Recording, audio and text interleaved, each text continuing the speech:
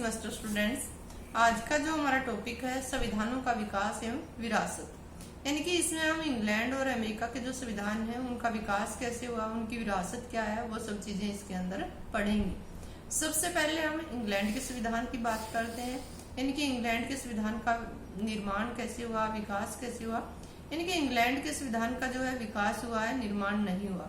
इसका निर्माण किसी संस्था, व्यक्ति या राजा के द्वारा नहीं किया गया। जैसे जैसे टाइम बीतता गया, जैसे जैसे शासन में चेंज आता गया, वैसे वैसे संविधान जो है अपना रूप बदलता गया। यानी कि इंग्लैंड का जो संविधान है वो एक विकसित संविधान है। इसका किसी के द्वारा भी निर्माण नहीं किया गया। इसकी तुलना हम एक बहती हुई नदी के साथ भी कर सकते हैं। यानी कि जैसे एक बहती हुई नदी होती है, उसको जिन चीजों की जरूरत होती है वो उन चीजों को अपने साथ बहा कर ले जाती है, और जिन चीजों की जरूरत नहीं होती उनको वो छोड़ देती है। ऐसे ही इसके निर्माण में, यानी कि यहाँ के लोगों ने एक एक ईंट लगाकर अपने भवन का निर्माण किया, और ये बहुत ही प्राचीन संविधान है। दूसरी बात, इंग्लैंड के संविधान से बहुत सारी चीजें जो है दूसरे देशों ने ली हैं। यानी कि यहाँ की जो संसदीय शासन प्रणाली है, द्विदलीय प्रणाली है, स्वतंत्र न्यायपालिका है, कानून का शासन है, या फिर जो स्पीकर है उसकी जो स्वतंत्र भूमिका है, इन सब चीजों का प्रभाव जो है दूसरे देशों के संविधानों पर बहुत ज्यादा पड़ा, और दूसरे देशों ने यहाँ की जो विशेषताएं थी उन विशेषताओं को अपनाया। और हम ये भी कह सकते हैं कि इंग्लैंड के संविधान ने पूरे विश्व का भ्रमण किया। अब जो हमें ब्रिटेन के संविधान का जो विकास हुआ है उनको 6 कालों में बांटते हैं। यानी कि सबसे पहले है एंग्लो सैक्सन काल, दूसरा है नॉर्मन काल, तीसरा है प्लेंटाजेनेट काल, चौथा है ट्यूडर काल, पांचवा है स्टुअर्ट काल, और छठा है हैनोवर काल। इन कालों को हम एक एक करके जो है डिस्क्राइब करेंगे। सबसे पहले एंग्लो सैक्सन काल के बारे में मैं आप लोगों को बताऊंगी कि एंग्लो सैक्सन काल में संविधान का क्या क्या विकास हुआ था। इंग्लैंड में राजनीतिक संस्थाओं के विकास का प्रारंभ निश्चित रूप से एंग्लो सैक्सन काल में ही होता है। यानी कि 54 ईस्वी पूर्व तक इंग्लैंड में केल्टों का राज था। फिर उसके बाद जूलियस सीजर जो है इंग्लैंड के ऊपर आक्रमण कर देते हैं और वहां पर अपना एकाधिकार स्थापित कर लेते हैं। लेकिन उनका जो एकाधिकार है वो लंबे टाइम तक नहीं चलता। उसके बाद सम्राट क्लोडियस ने इंग्लैंड के ऊपर आक्रमण कर दिया और अपना एकाधिकार स्थापित कर लिया, जो कि 407 ईस्वी तक चलता रहा। 407 ईस्वी तक चलता रहा। उसके बाद जो है आंगल्स, डेल्स, सैक्सन्स, कई सारी जातियां आती हैं, आंगल्स, डेल्स, सैक्सन, और यहीं से प्रारंभ होता है सैक्सन काल। यानी कि 5वीं शताब्दी से लेकर 1066 तक का जो काल है वो एंग्लो सैक्सन काल के नाम से जाना जाता है। अब हम बात करेंगे कि एंग्लो सैक्सन काल में कौन से पदों ने जन्म लिया, कौन सी संस्थाओं का जन्म हुआ। इसमें एक तो है राजपद, यानी कि राजपद का जन्म हुआ, और दूसरा है स्थानीय स्वशासन की संस्थाएं, स्थानीय स्वशासन की संस्थाओं का जन्म हुआ।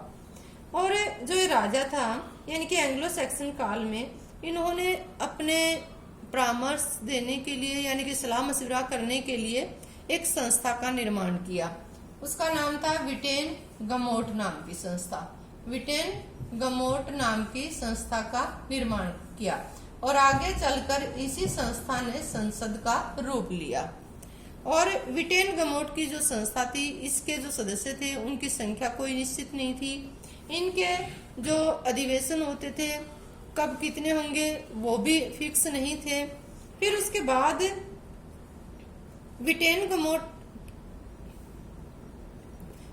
गमोट में जो सदस्य थे, जैसे कि पादरी थे, मठाधिकारी थे, और जो बुद्धिमान लोग थे, उनको इसमें सम्मिलित किया जाता था। और जब राजा चाहता इनकी बैठकों को बुला सकता था। हालांकि राजा के पास ज्यादा पावर होती थी, इनके पास पावर्स कम थी। लेकिन एक पावर इनके पास थी, अगर राजा का उत्तराधिकारी विद्वान नहीं है, समझदार नहीं है, तो ये उसको उसके पद देने से इनकार भी कर सकते थे। और इसी काल में जो है स्थानीय स्वशासन की जो संस्थाएं थी उनका जन्म हुआ, और इसी काल में 3 इकाइयों ने जन्म लिया। टाउनशिप, बरो और शायर। टाउनशिप, बरो और शायर, यानी कि 3 संस्थाओं ने यहाँ पर जन्म लिया। इसके अलावा जो शरीफ का पद था उसका जन्म भी इसी काल में हुआ। यानी कि ये जो काल है बहुत ही महत्वपूर्ण काल है और इस काल में 2 मेन संस्थाओं ने जन्म लिया, एक राजपद और दूसरा स्थानीय स्वशासन की संस्थाएं। अब सेकंड काल स्टार्ट होता है, नॉर्मल काल। 1066 में नॉर्मंडी के राजकुमार थे विलियम। वो इंग्लैंड के ऊपर आक्रमण कर देते हैं और इंग्लैंड के ऊपर अपना एकाधिकार स्थापित कर देते हैं। और उसके बाद आते ही सबसे पहला काम वो करते हैं, यानी कि जो विटेन गमोट नाम की संस्था थी जो एंग्लो सैक्सन काल में बनाई गई थी उसको भंग कर देते हैं और उसकी जगह एक नई संस्था की स्थापना करते हैं जिसका नाम है मैग्नम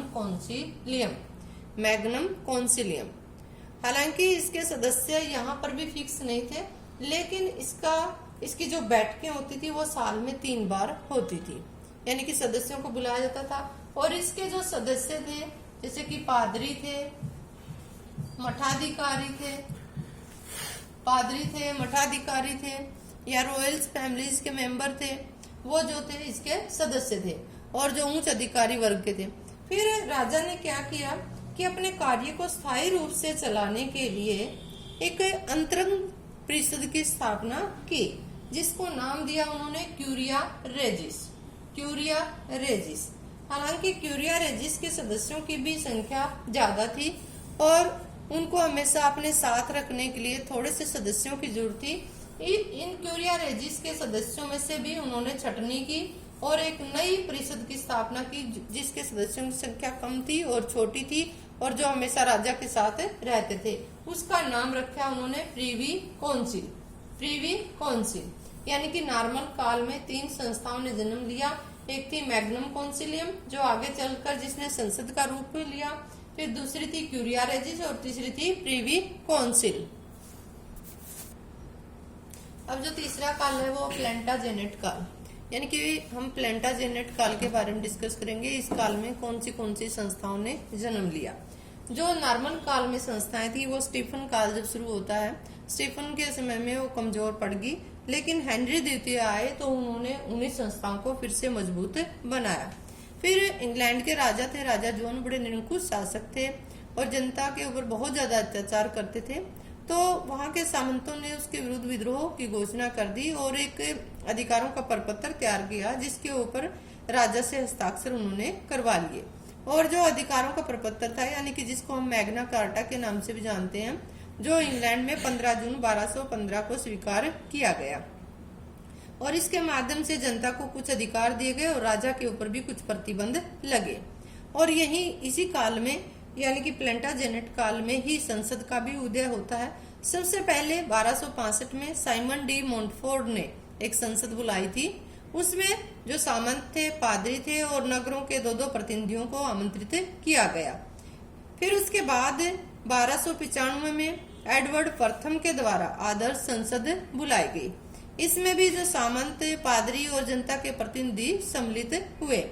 एक बार तो लगता था कि इंग्लैंड में संसद के 3 सदन बनेंगे, क्योंकि एक साइड में पादरी बैठते थे, एक साइड में जो मठाधिकारी थे या सामंत थे वो बैठते थे, दूसरी तरफ जनता के प्रतिनिधि बैठते थे। लेकिन धीरे धीरे ये लगा कि जो सामंत हैं, पादरी हैं, मठाधिकारी हैं या रॉयल्स फैमिलीज के जो मेंबर हैं, उनके जो हित हैं जो एक जैसे हैं और जनता के जो प्रतिनिधि हैं उनके हित एक जैसे हैं। फिर संसद जो थी 2 गुटों में बट गई। एक साइड में जनता के प्रतिनिधि और दूसरी साइड में ये लोग बैठते रहे और यहीं से संसद के 2 सदनों की शुरुआत हुई, यानी कि एक हाउस ऑफ लॉर्ड, एक हाउस ऑफ कॉमन, जो आज भी इंग्लैंड में प्रचलित है। यानी कि संसद के 2 सदन है, हाउस ऑफ लॉर्ड और हाउस ऑफ कॉमन। जो हाउस ऑफ लॉर्ड है उसमें रॉयल्स फैमिलीज के पदाधिकारी और मेन अधिकारी लोग वहां पर बैठते हैं और हाउस ऑफ कॉमन में जनता के चुने हुए प्रतिनिधि बैठते हैं। इंग्लैंड के संवैधानिक विकास में 1485 ईस्वी से 1603 ईस्वी तक के काल को ट्यूडर काल के नाम से पुकारा जाता है। यहाँ पर गुलाबों का युद्ध होता है, यानी कि व्हाइट रोज और रेड रोज जो है उनके बीच में विवाद शुरू हो जाता है और ये युद्ध जो है लंबे टाइम तक चलता रहता है और जिसमें सामंतों की जो शक्ति थी वो खत्म हो जाती है और यहीं से प्रारंभ होता है ट्यूडर काल। और इसमें हेनरी सप्तम, हेनरी अष्टम और एलिजाबेथ जो थे बड़े निरंकुश सम्राट थे, लेकिन वो बहुत ही समझदार थे। उन्होंने कभी भी संसद से पंगा नहीं लिया, हमेशा संसद के साथ ही वो चले। अब जो नेक्स्ट काल स्टार्ट होता है वो होता है स्टुअर्ट काल। महारानी एलिजाबेथ की मृत्यु हो जाती है 1603 में और उसके बाद जेम्स प्रथम जो थे इंग्लैंड के राजा बनते हैं। तो जेम्स प्रथम जो थे दैवीय अधिकारों के समर्थक थे। वो खुद कहते थे पृथ्वी पर राजतंत्र की दशा सबसे बड़ी वस्तु है। राजा लोग ईश्वर के केवल सेनापति नहीं बल्कि वे स्वयं ईश्वर के भी देवता कहे जाते हैं। और ऐसे विचारों के कारण राजा और संसद के बीच में शीघ्र विवाद पैदा हो जाता है और जिसके चलते जनता राजा को 1649 में फांसी पर लटका देती है। ऐसे ही उसके बाद फिर उसके बाद वहां पर राजतंत्र खत्म हो जाता है। 1649 से लेकर 1660 तक इंग्लैंड में गणतंत्र की स्थापना रही, लेकिन इंग्लैंड के लोग बड़े रूढ़िवादी रहे हैं। फिर से वहां पर राजतंत्र की स्थापना कर देते हैं और राजा बनते हैं चार्ल्स द्वितीय। हालांकि चार्ल्स द्वितीय भी दैवीय अधिकारों के समर्थक थे, लेकिन वो समझदार थे, उन्होंने संसद के साथ पंगा नहीं लिया। हालांकि फिर उसके बाद जो जेम्स द्वितीय थे उन्होंने संसद से टक्कर ली। फिर उसके बाद 1688 में वहां पर क्रांति होती है और क्रांति के बाद जो जेम्स द्वितीय थे राजगद्दी को छोड़कर फ्रांस भाग जाते हैं और फिर उसके बाद यहीं से राजा के ऊपर प्रतिबंध लगा दिए गए, यानी कि जो राजा के अधिकार थे उनके ऊपर काफी सारे प्रतिबंध लगाए गए। फिर 1689 में अधिकारों का घोषणा पत्र जारी किया गया जिसके तहत कई प्रतिबंध लगाए गए, यानी कि राजा जो है जनता का प्रतिनिधि है, भगवान का नहीं, कानून सर्वोच्च है, राजा भी उससे मुक्त नहीं है, न्यायपालिका को स्वतंत्र होना चाहिए। और सन 1701 में एक्ट ऑफ सेटलमेंट पारित किया गया। इसके तहत उत्तराधिकार के नियम निश्चित किए गए। हैनोवर काल, यानी कि नेक्स्ट जो छठा काल है वो है हैनोवर काल।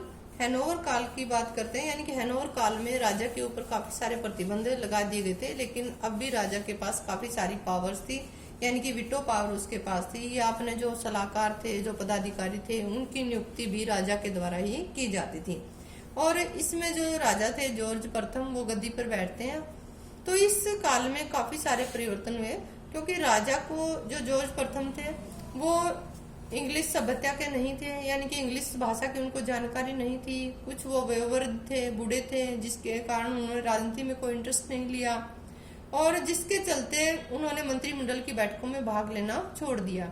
और उस समय के सबसे सीनियर मंत्री थे सर रॉबर्ट वॉलपोल, और सर रॉबर्ट पोल ने ही मंत्रिमंडल की अध्यक्षता करनी शुरू कर दी और राजा जो है सूचनाओं के ऊपर आधारित रह गया, यानी कि मंत्रिमंडल की बैठकों में जो भी डिस्कस होता उसकी सूचना जो थी राजा के पास भेज दी जाती। और यहीं से प्रधानमंत्री के पद का जन्म हुआ और इंग्लैंड के प्रथम प्रधानमंत्री बने सर रॉबर्ट वॉलपोल।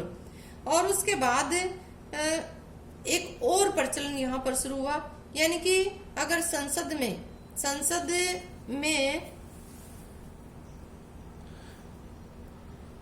मंत्रिमंडल के विरुद्ध अविश्वास प्रस्ताव पारित हो जाता है तो मंत्रिमंडल को अपना त्याग पत्र देना पड़ता है। 1742 में सर रॉबर्ट वॉलपोल ने अपने पद से त्याग पत्र दे दिया था और उसके बाद कई सारे सुधार अधिनियम जो है इंग्लैंड में पारित किए गए, जैसे 1832 का सुधार अधिनियम पारित किया गया, फिर 1867 का सुधार अधिनियम, 1884 का, 1918 का जनप्रतिनिधित्व कानून और 1928 का कानून, यानी कि 1949 का अधिनियम, जिसके माध्यम से लॉर्ड सदन की शक्तियों को कम कर दिया गया। और इंग्लैंड में टाइम टू टाइम जो है कई सारे सुधार अधिनियम संसद के द्वारा पारित किए गए, जिसके माध्यम से जो संसद है, संसद को ज्यादा से ज्यादा पावर दी गई और राजा की पावर्स को कम कर दिया गया और राजा की पावर जो है हमेशा के लिए कम ही होगी।